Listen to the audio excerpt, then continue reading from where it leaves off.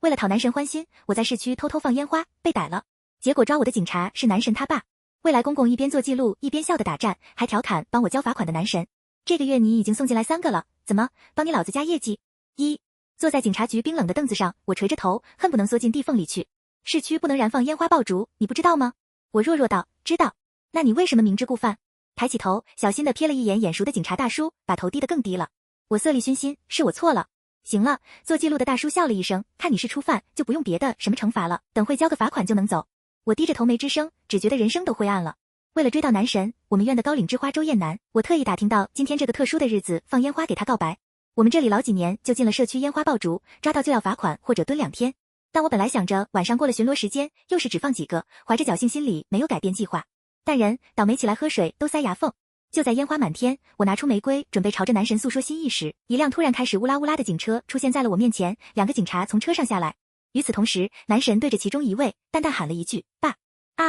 我蔫的就跟地里那双打了的小白菜一样。训完了话，男神他爹一改严肃的嘴脸，叼着烟，笑呵呵地拍了拍我的肩膀。说起来也有我那儿子的错，要不是他这小子用那张脸乱勾人，你也不会这样。我下意识地反驳，不是我的错，是我昏了头。男神怎么会有错？男神做的都是对的。男神他爹一听，顿时笑得更开心了，一颤一颤的。一旁凑热闹的其他民警也好笑，你儿子这个追求者真护短啊。我窘迫地红了脸，诺诺半天说不出来话。一群人的动静不小，原本在不远处等待的周艳楠似乎也察觉到训话结束，起身走了过来。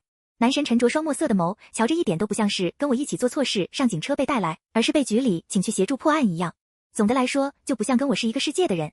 脸上的温度顿时更高，我想起刚才烟花未完的话语，尴尬的只想转移话题，我去交罚款吧，多少钱？500。一旁的警察姐姐回应我，我摸摸兜，空的。再一看手机，余额300。这个月还有几天，还没到我发生活费的时候。为了告白更浪漫，我特意买了贵的品种，直接掏空了我的钱包。我顿时僵住了身体。警察姐姐一脸理解的递上了收款2维码，支付宝、微信都可以。你们小年轻现在肯定不带现金了吧？倒是男神他爹看出了什么，一把将周艳楠扯过来，你帮人小姑娘先交了罚款，先送回宿舍去，这么晚了，有什么事情明天再说。周艳楠瞅了我一眼，没说什么，干净利落的掏出手机，扫了码。再三保证以后不会再乱放烟花后，我终于被放出警察局，塞进了男神他爹的车里。从刚才嘴角就一直没耷拉下来的大叔，将车钥匙甩到周艳楠手里，拍了拍驾驶室的车窗。这个月都是第3个送进来的姑娘了，你就算要给你爹增业绩，也不是这么个增法。周艳楠淡定地升上车窗，发动汽车，你该回去上班了。臭小子，你爹这是关心你。大叔笑骂了一声，又转头朝我示意，小姑娘别想多呀，他也就跟着你一个人进来过。如果以往听见这些，我一定激动得乱跳。但现在对着别人的调侃，我只能干笑了2声，一声叔叔再见，刚说了一半，车子就一脚油门离开了警察局门口。没了第3个人的声音，不大的车内顿时安静了下来，闷得叫人难过。我小心吞了口水，余光打量开车的周艳楠，只跟我一个人进来是什么意思？开车的青年面色不变，字面意思。我顿时没了话。这个人一直都是这样，容易叫人误会。第1次见面的时候，我笨手笨脚的做实验，失败了好几次。周艳楠看到后，替换了和我同组的妹子的位置，手把手帮我过了实验。之后每次实践课，他都过来和我组队，弄得我心里小鹿乱跳，以为自己进了大学之后魅力暴增，吸引到男神一见钟情。不止这些，体育课打排球，他也总是跟我一队，帮我护着我，就连我几个舍友每次看到都挤眉弄眼的觉得他对我有意思。这样半个学期后，我试探想引他告白，却只得到了让我实话的回答。我没有见过做实验这么烂的人，跟你组队是怕你炸了实验室。排球从周艳楠的小臂弹起，一下砸到我的脸上。排球也是，我只是搞不懂，为什么你打球这么烂？他一直以来的帮助和重视，大概只是一个天才对普通人的研究而已，但我却傻乎乎的一头栽了进去。知道了事实后，我消沉了一段时间，很快又在舍友们的安慰下奋起。像我一样的人还有很多，但是周艳楠偏偏选择来帮我，这就是缘分。现在不喜欢我又怎么了？又不代表以后不喜欢我，不就是追人？我别的没有，耐心最多。可话是这么说，在遇到周艳楠说这种会让人误会的话，我还是有点控制不住我的自作多情。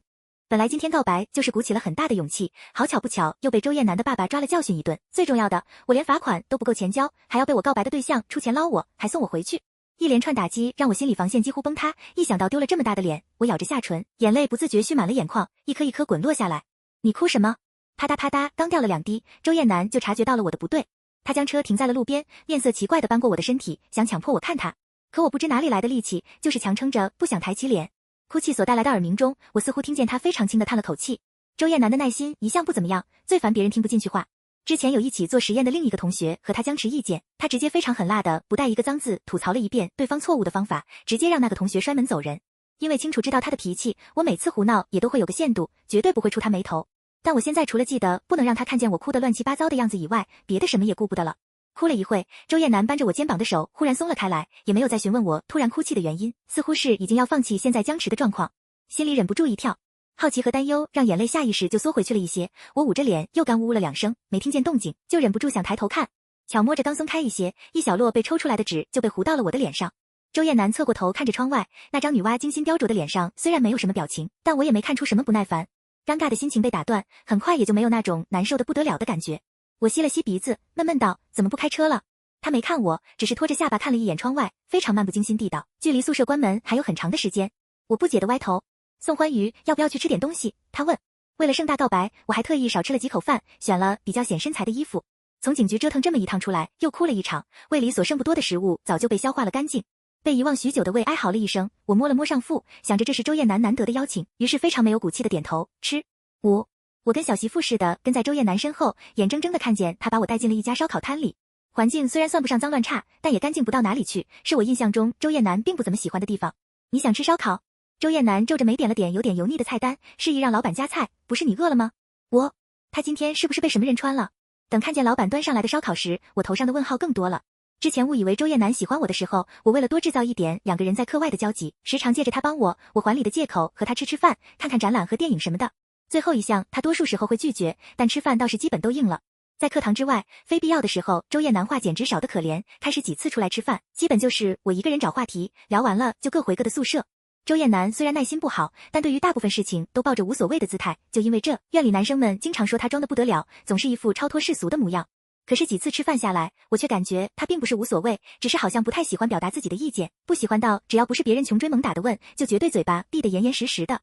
他其实喜欢干净，喜欢味道淡一些的餐馆，不太喜欢吃辣，不喝酒，尤其喜欢酸甜的东西。我秉承着跟村里狗都能唠2句的话痨精神，致力于在他耐心到底之前引他说出来自己的想法。当时我想的好好的，反正周艳楠喜欢我，我也对他有好感，我们2个人迟早都是要谈恋爱的，现在早点调好了，以后谈恋爱的时候更顺当一些。直到知道他其实并没有我想的那个意思之后，我也没有停下这样的相处习惯。可以说我对周艳楠的了解一半是自己揣度的，另外一半都是他亲口告诉我的。但在所有的了解之中，只有一点我不敢确认，周艳楠到底对我是什么样的心情呢？因为长时间的自作多情，再加上周艳楠不耐烦外还是挺有绅士风度，我实在是无法肯定说出他的想法。今天他又尤其不同，不知道是因为烟花真的触动了他，还是我进局子碰见他爸这件事情让他有什么别的想法。总而言之，现在的周艳楠很奇怪。老板娘将最后一盘羊肉串端上桌，又放下一打啤酒，你们的菜齐了。我看着满桌子都是我喜欢的口味的烧烤，又看了看啤酒，艰难地道，你还点了啤酒？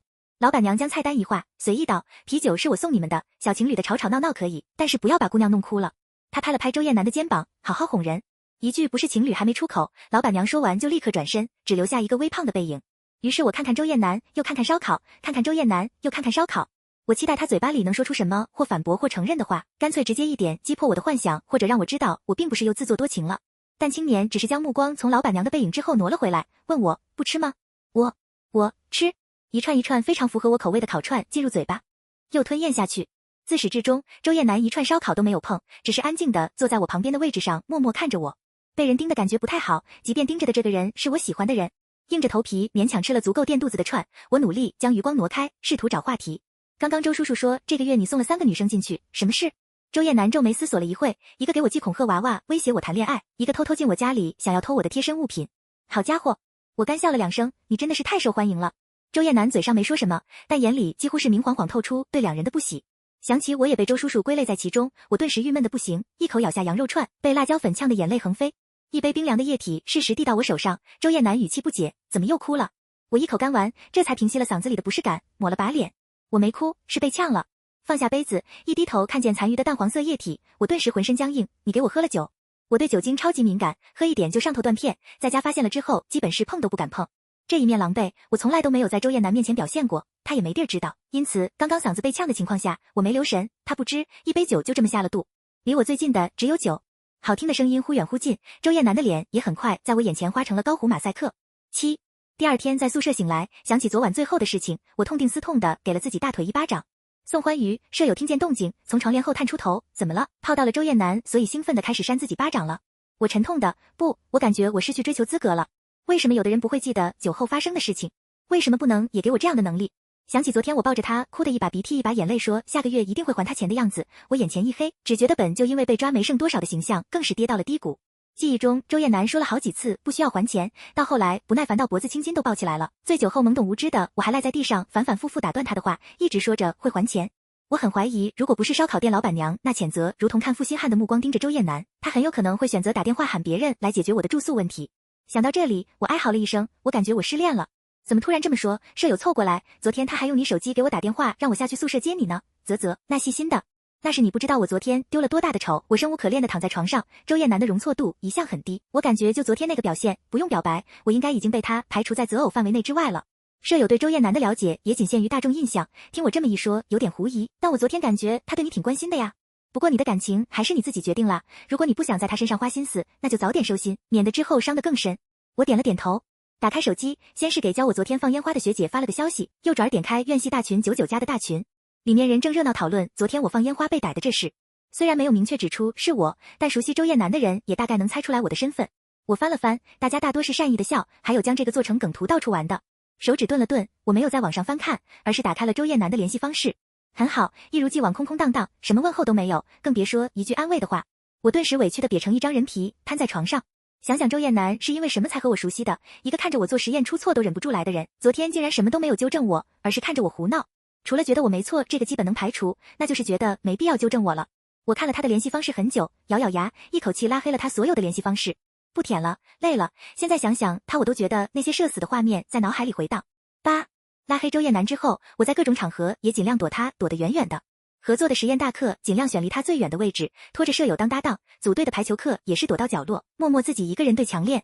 下课铃一打，我脚底抹油溜得飞快，绝对不给他任何毒舌吐槽我操作的机会。1连半月，我硬是凭借敏捷的移动和观察能力，一次都没有被他抓到。倒是舍友被我跑来跑去的行为弄得苦不堪言，他咸鱼一样瘫在床上，眼泪流得面条宽。我听说最近周艳楠心情很不好，肯定是你躲着他，让他生气了吧？这话就差没直接说让我回去找人了。我犹豫了一下，摇摇头，应该不是。周艳楠那张脸看起来高岭之花，实际却记仇的不得了。第一次排球课，我砸了他多少次，他都记得清清楚楚，还能原样给我复述出来。抛弃掉心中那自作多情的想法，我坚定道，估摸只是之前的气没消呢。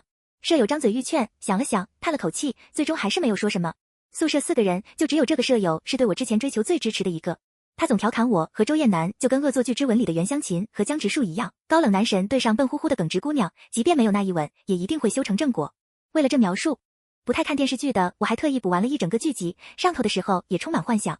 可现在想一下，我或许真的没有袁湘琴的抗打击能力那么强，能坚定追到想要的人。即便再怎么努力躲着周艳楠，可学院做实验的楼就这么多，半个月是侥幸，长了总还是会碰见的。身边没了我这个名为固定搭档，实为普通人类观察对象的妨碍在，这半月，周艳楠身边的姑娘又多了不少。我努力克制，让自己不要注意她的动向，所以一直没留神，都是那些人。可今天刚从实验室出来，我抱着资料刚爬了2层台阶，身边就涌过去了一大堆嘀咕的男女。八卦、周艳楠、勾搭这样的词汇传入耳朵，我的脚步一顿，犹豫了一会，还是没有克制住自己的八卦之心，跟上了那个人的身影。周艳楠作为老师的得意门生，课外其他的实验只多不少。为了躲他，我已经很久没有涉足这层他经常做实验的楼层了。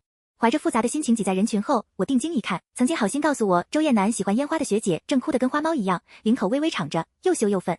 实验室门大敞开，周艳楠站在门口，衣服也有些凌乱。她低头盯着地上的学姐，眼神冷得像是要杀人。我以前见过她生气，却从来没有见过她这么生气。她抿着唇，眉心皱起，活像是常年不化的冰山之中包进了一团炸裂的火一般，随时可能炸得人一身。学姐在地上尖叫了一声，哭喊道，你明明可以选择更好更优秀的，我是在为你抱不平。我不需要，她冷硬道，你利用她的信任欺骗她，在大群里散播出消息，让大家笑话她。我揭穿之后又恼羞成怒，说是为了我，大可不必。我想我还没有老迈到需要人来给我做代言人，去解读我的想法，你说她配不上我？那我告诉你，是我离不开她。一番堪比偶像剧的对话惊呆了包括我在内的一众围观群众。地上学姐又叫又闹了好一会，被迟了一些赶来的朋友安抚着带走了，而周艳楠在人被带走的那刻，下意识地抬头看了一眼人群。我背后一寒，赶紧往一个身材高大的男生背后一躲。重重的关门声响起，在探头看的时候，冷着脸的身影已经消失不见，应该是没有发现我的存在。周艳楠这朵高岭之花被人摘下的消息，只用了1天时间就传遍了学院。我面无表情地对着电脑文档，看起来是在沉思，实际上内心早就咆哮了1万次。就半个月，周艳楠这么快心里就有人了？回想一下之前自作多情的半学期，以及后来追求的半学期，我简直呕得捶胸顿足。早知道我走开半个月就会被人抢跑，我就不放弃了。心脏就像是一块海绵，被我悔恨的泪水泡得胀胀的，捏一下又酸又痛。我这个人做事3分钟热度，但是针对什么东西上了心，冷完了又兜转着会继续热情。大学之前的严格学业让我对于感情一直处于一种隔雾看花的状态，知道有这么回事，但是没时间去想。而在周艳楠的身上，我第一次品尝到关于爱情相关的酸甜苦辣滋味。我从来都没有这么想让一个人开心过。只要他皱眉，我就恨不得把我认为最好的东西都捧到他的面前去逗他一笑。我垂着头，重重磕在桌面上。可现在还没等我2次燃烧起热情，他就心里有人了。舍友听见动静，侧过头瞅了一眼，你就没觉得周艳楠说的是你？我郁闷至极，我觉得你现在看起来比我还恋爱脑。去，什么恋爱脑？你又没有不听劝，也没有做出什么出格伤害自己或者别人的事情，就是勇敢追求爱情而已，怎么就叫恋爱脑了？舍友一巴掌拍在我背后，我是说真的，之前我的话你就没有听进去，说是周艳楠嫌弃你丢脸了，那这次呢？那学姐是给你支招的那个吧？同时和她以及周艳楠扯上关系，你还不代入一下你自己？我沉默了一下，其实在场听见说这些话的时候，我真觉得2个人在说我。但回来以后，我仔仔细细看了一遍和学姐所有的聊天记录，怎么也没有觉得她在给我出歪招。明明看起来是那么和蔼可亲的人，怎么会那样人前一套后面一套呢？还有周艳楠，这种话都类似告白了。如果要说的对象真的是我，为什么不到我面前说？因为你不仅拉黑他，还天天带着我玩躲避球。舍友吐槽。我愤愤地拍了拍桌子，不管了，我就当他有喜欢的人，燃料用尽了，不想烧了。舍友悠悠地看着我，行吧？这表情摆明不相信我会这么容易就放弃。我心虚的挪开目光，拿起外套披上，我出门溜达一圈，在外面吃完了晚饭回来。11，一个人吹风总是最好的消愁方法。我拿着刚刚买的凉菜和奶茶，还没等走到江边，一辆熟悉的警车就停靠在了我边上。左眼睑跳了跳，我心里跑过10000句卧槽。周叔叔穿着那天逮我去局子的警服，笑呵呵地从车上探出了头。小宋，这要巧，你要去吃饭吗？一见这车，那天放烟花时候告白的紧张，被抓的社死就不受控制地涌入身体。我笑容僵了一下，下意识道，这次我可没有犯什么错。车内2个警察面面相觑，忽然哄笑出声。我知道，不用这么紧张。周叔叔咳嗽2声，止住笑意。今天我下班早，叫了我家那小子回家吃饭，正准备做好菜给他吃呢。一听见这名字，我就头皮发麻。我干笑2声，那挺好的，叔叔你们吃好喝好。刚准备抬腿走，周叔叔一句话又把我定在原地。要不要来家里做客？我总觉得老天在玩我。一说要放弃周艳楠，转头就听见他心有所属的消息，刚准备真的放弃，他爹就邀请我一起吃饭。被诱惑的摇摆了一下，我看向车上副驾驶的另外一个民警，以及后座满当当拜访的蔬菜肉类。算了吧，叔叔你还有同事在呢。没等我说完，周叔叔立马转头朝旁边同事说了什么。副驾驶的中年男人会意的笑了2声，用力打了2下周叔叔的肩膀，很快打开了副驾驶的门，走了下来。男人拍了拍我的肩膀，没事，你们好好吃，我就不打扰了。说完，拎着手上的钥匙，哼着歌，晃悠着朝街对面走去。于是我看着敞开的副驾驶车门，周叔叔则看着我。我是真的有话想跟你说，小姑娘。她见我犹豫的样子，继续加码，关于我儿子的。12，我老婆走得早，从小我就又当爹又当妈，把她拉扯长大。坐在熟悉的警车里，周叔叔一边开车一边笑着同我说道，他从小就懂事，任谁见了都说一句乖巧。我那些同事亲戚的，谁不说艳楠乖，说他不给我添麻烦。以前我也这样觉得，但是大了，我又觉得有点不对。他是依存于我的想法之下活着的，沉默的跟一潭死水一样，我这都半个身子进棺材了，生活没有波澜就算了，但是他不一样，他还年轻，他不是我，他是个鲜活的不一样的人。我忍不住抓紧了安全带，您和我说这些事，我只是您儿子的一个追求者，但并不是女朋友。就算我知道周艳楠的过去，又能怎么样？难道周叔叔还觉得我能对周艳楠产生影响？如果换之前的我，肯定自作多情地上了，但是现在我怕我想太多，然后又得到周艳楠毒舌的吐槽。周叔叔沉默了一下，其实你进局子的那天是我老婆的忌日，白天我和她去扫了墓。我老婆生前最爱带着周艳楠看烟花，她走之后，我怕触景生情，再加上市里开始管制，不仅自己没有再看过，也没有再让艳楠看过了。车辆停靠在居民楼下方，熄了火，周叔叔缓缓道：忌日。我想起学姐告诉我的所谓好日子和烟花，终于有什么关窍打通。我不知道那天是阿姨的，对不起。对于我来说，只是再普通不过的一天，但是对于周艳楠来说，却是20几年来痛苦的重复。我想起来那天点燃烟花时候，她抬头愣怔的模样，原以为是因为看到喜欢东西的惊讶，却没有想到是触景生情的伤感。我竟然还想在这种时候跟她告白，就算做出这样的决定是因为被坑，我也感觉自己简直被人骂一顿也活该。对不起，我讷讷地重复一遍。然而等待我的并不是责怪，而是又一声笑意和放在头顶的大手。我说这些并不是要责怪你，欢愉。宋叔叔笑道，这样叫你可以吧？你还真的是跟你的名字一样，是个让人开心的姑娘。我们所有人都以为她会因为我老婆的去世对烟花伤感，但是那天看到她，我才发现并不是那样的。中年男人拿了一根烟叼着，却并没有点燃。你当时因为看到警车没注意，但是我下车的时候却看到了。他站在你身边，看着漫天的烟花和烟花下的你，在笑。13，等周艳楠到家的时候，我已经在他家餐厅里坐了有一会了。周叔叔一边备菜，一边乐呵呵地给我讲周艳楠小时候的事情，我抗拒无能，就只好竖着耳朵，将那些很少为外人得知的消息灌进耳朵里。门因为避嫌是掩着的，外面能看见客厅里的状况。他推开门，先是环视了一遍家里的状况，喊了声爸，然后看着我，开口：“你怎么会在这里？”他的额上还有没有擦拭掉的汗珠，胸膛起伏的厉害，瞧着像是跑回来的。我小小挥了挥爪子，算是打招呼，见他看见了，立马就垂下头，继续当仓鼠。上次人家还为了你违规放烟花进了警察局，我做赔罪，请小姑娘吃个饭怎么了？周叔叔将备好的菜放进盘子，擦了擦手，你回来的正好，菜也准备的差不多了，好好招待客人，溜达一圈也成，我去做菜。厨房的推拉门啪嗒关上，房间里又只剩下2个人的呼吸。周艳楠一直没有走过来，依旧站在门口，目光如炬地盯着我。这种沉默叫人尴尬的难受，我哽了一下，刚准备发挥我的超级暖场能力，周艳楠却哑着嗓子先开了口：“出去走走吧。”我能说啥？难道说在这里坐着继续尴尬？好，于是我默默穿上外套，跟着他走了出去。天气冷，天黑得早，我跟着周叔叔来的时候还有太阳，等再出来的时候，天边已经一丝光线都见不着了。周艳楠家离大学城并不是太远，就是以前厂子分配的员工宿舍，几栋楼围成一个院子，就是一个部门。现在正是饭点，家家户户都在做饭，就算是贪玩的小孩也被家长抓回了家里等饭吃。空荡荡的院子，除了一条狗和我俩，没有第4个活物，就连狗看了我和周艳楠一眼，晃了晃尾巴，也懒洋洋地离开了。好了，现在只有2个会喘气的在院子里了。14。我搓搓手，周叔叔半路碰到我，硬要拉我来吃饭的。周艳楠掀了掀眼皮，我还以为你是打算过来还我500块的。这一副公事公办的样子，还好我没有因为周叔叔那些暗示我特殊的话而波动，不然又自作多情了。我想起上次醉酒之后抱着周艳楠大腿哭的样子，哽了哽，你就当我是过来还钱的。心痛的在怀里掏了掏，找出了2张红票子，往他怀里一塞，剩下微信转给你。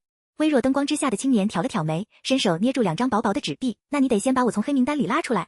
看，还有这筹。解除黑名单，转去剩下500块，我将屏幕放到他眼前，看，赚了，没了吧？周艳楠眨了眨眼，并没有如同我想的一样，很快拿出手机收款，反而默了会，将200块塞回了我手里。我上次就说了，你可以不用还钱。良久，周艳楠叹了口气，前2天实验室，你在场吧？我撇过头，什么实验室？我不知道。宋欢愉，你看看我。话音刚落，一阵火药味后，同我那天燃放的一模一样，却小了好几号的烟花炸在了周艳楠的身后。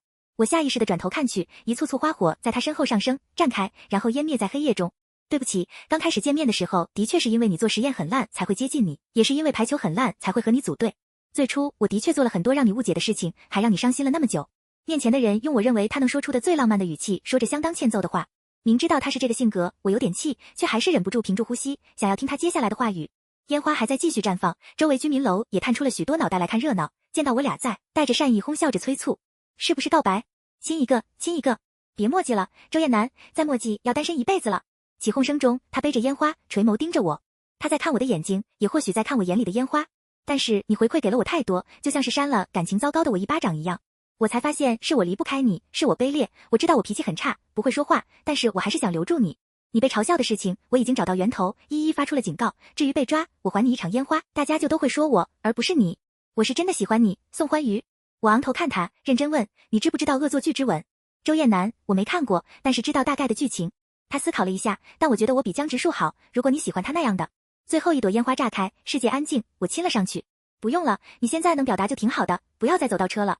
我拽住他的领子，这次不是我自作多情对吧？你知不知道之前给我带来了多少伤害？